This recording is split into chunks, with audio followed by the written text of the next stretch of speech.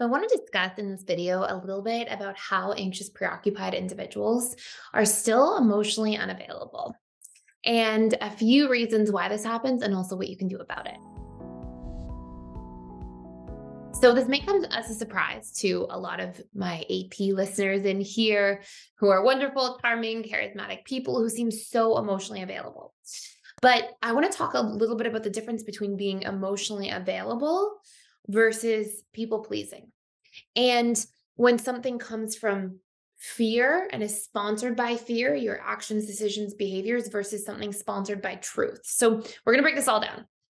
First and foremost, anxious preoccupieds are much more emotionally unavailable than they might realize because they're hiding during the entirety of their relationships, or at least during the entirety of the dating and honeymoon stage of relationships.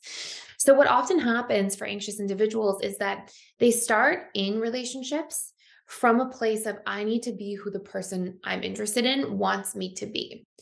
And they may deprioritize their own needs for the sake of trying to meet the needs of that other person. They may not have good boundaries in multiple areas of their lives. And they may get into a position where they can abandon what they're really wanting, abandoning their desires, their opinions, their truth, because they're just trying to win the other person over. Now, for the record, this doesn't necessarily always happen to like APs with everybody, but it happens a lot in close relationships. And it particularly happens when an AP is interested in forming an attachment bond with somebody. And so as soon as that happens, that's where we see APs start to like really throw their own sense of self out the window. Like it's like, oh, I can't exist. And what happens as a byproduct of that is their mask is on the entire time.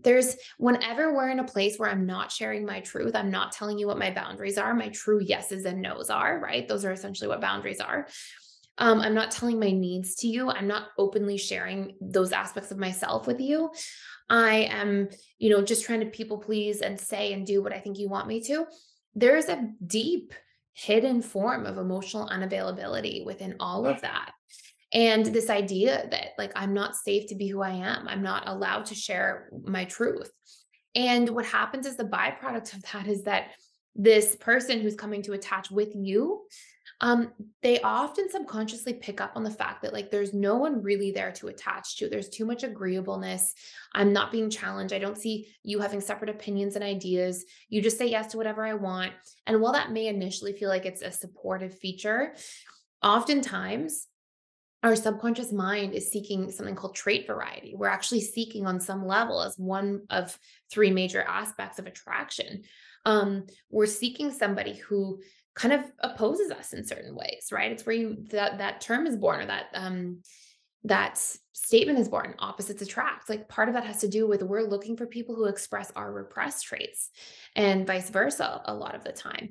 And so when somebody is not there showing up to share their truth and to be who they truly are, it actually has a lot of downsides to attachment. And it can actually really cause, especially if people are picking up on it in the dating stage of relationships, it can cause the other person on the receiving end of that from the AP partner to pull away, to feel kind of like suspicious or disconnected.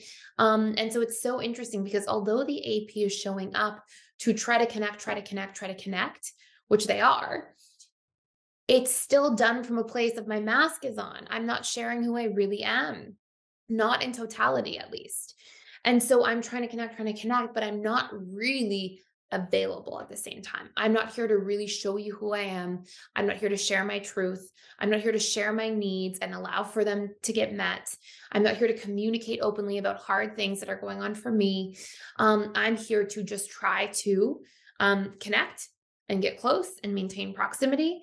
And so there's this abandonment of self that makes that person a match to a certain degree to being abandoned in other relationships because it's sort of reflecting that subconscious comfort zone back to you. So this is a huge thing to pay attention to if you are AP. And how you heal this and how you actually move through this is a few crucial things. Now, if you see in any of these things I'm about to list that you have like a big one that you have to work on, you're like, oh, I definitely need to work on that one. We have a course in PDS for all of these that you can actually check out for free for 14 days. You can check out all the courses for 14 days for free using the link in the description box below. So the really important things here to pay attention to are number one, actually knowing your needs. Because if you go into a relationship and you don't know what you need, you can't communicate it, your needs won't get met. That will actually trigger abandonment trauma fairly often. And then you'll cling, right? So you're going from a place of trying to connect through coping and clinging rather than trying to connect as your true self from a regulated place where you're open to sharing your truth, open to sharing what you really need and who you really are. And so you go back into that emotional unavailability when you're not doing that. So really knowing your needs is so important. And it's important to then go to number two, which is to be able to communicate those needs. Number three is you also have to make sure that you're not blocking yourself from receiving. Sometimes APs will communicate their needs, but then when it comes to receiving their needs, they'll block them and they'll sort of like sabotage it or deflect. Somebody will validate them and they'll go, "Oh, you don't really mean it." Right. So they'll tend to deflect a lot of different things or doubt or question when their needs are met, like feel almost suspicious about it sometimes. And this basically comes down to that if your needs being met are not a part of your subconscious comfort zone, your subconscious mind is primed to reject them. So we really have to have healthy habits to meet our needs ourselves first, to also be able to receive them effectively from others. That all kind of goes together in a package of needs. But for the sake of this video, I'm separating just into those three elements. So being able to know your needs, communicate your needs, and then practice actually receiving your needs. Number four is you have to learn your boundaries. You have to tune into your emotions, which are actually letting you know if you have a boundary or don't. And you'll feel a certain aversion or a certain repelling feeling if you have a boundary that somebody is trying to push on or question. So that's a really important thing to be able to attune to and notice in real time. So you can share your true yeses and nos in real time as well. And last but not least, you also want to make sure that you are in a position to be able to care for your own emotions and practice self-soothing. And in our emotional mastery and belief reprogramming course, we have a whole part about self-soothing specifically that's really important to unpack. And when you can self-soothe, you can enter into relationships not from a place of fearing, like, oh, if I say the wrong thing, this person will abandon me. But instead, you'll be in a regulated space where you're like, okay, I'm going to say my truth and it's not scaring me or emotionally dysregulating me to do so. So, surprise, APs are still emotionally unavailable, just in hidden forms. And those are really important focuses to hone in on those aspects of needs, those three big things we talked about, boundaries, and being able to self-soothe and share your truth and be in touch with your feelings in a healthy way. So I hope this makes sense. Thank you for watching. If you enjoyed this video, please consider giving it a thumbs up and subscribing to the channel. And let me know any other questions you have about APs being emotionally unavailable. And I look forward to going through them and making more content based on your comments below. So thanks for watching. Have a great day, and I'll see you in the next video.